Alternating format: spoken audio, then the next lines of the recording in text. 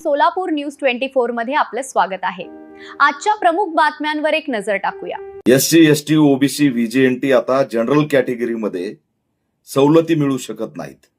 मंत्रिमंडळाचा निर्णय, ब्राह्मणवादी मुख्यमंत्र्याचा निर्णय आणि या 50% सोय कुणासाठी तर 3% जातीचा मुख्यमंत्री पहिल्यांदा बघतोय।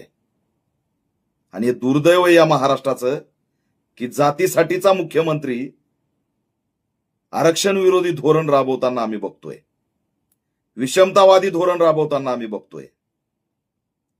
जे कोणी आरक्षण मागतायत त्यांना रोकायचंय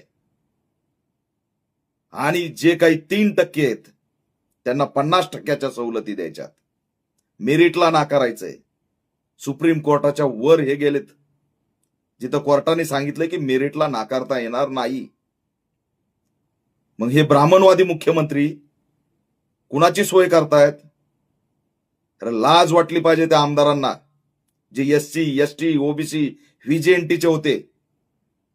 त्यांनी कसं काय हा ठराव पास केला, कसं काय हा निर्णय पास केला?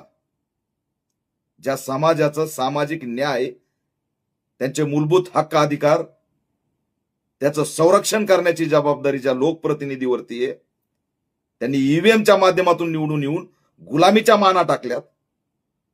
हे दुर्दैव आहे।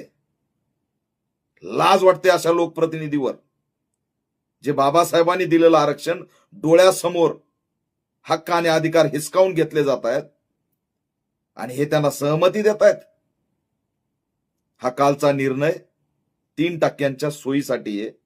हा प्रवर्ग जन्माला घातलाय 3% आणि 50% त्यांच्या वाट्याला देण्याची ही व्यवस्था केलेली आहे। आता ह्या ट्रॅप मध्ये सगळे फसलेत। आज जर रस्त्यावर आला नाहीत ना तर सगळं संपलं, एवढं लक्षात ठेवा। ही शेवटची त्यांची टेस्ट आहे। आता एससी एसटी एवढा मर्यादित नाही, ओबीसी व्हीजेएनटी सगळे आरक्षणवादी धोक्यात आलेत। आता तरी डोळे उघडा आणि हे जो काही ब्राह्मणवादी मुख्यमंत्र्यांनी विषमतावादी आरक्षण विरोधी जे काही धोरण राबवलंय त्याचा निषेध करा। ऑल इंडिया पॅंथर सेना या ब्राह्मणवादी धोरणाचा जाहीर निषेध करत आहे।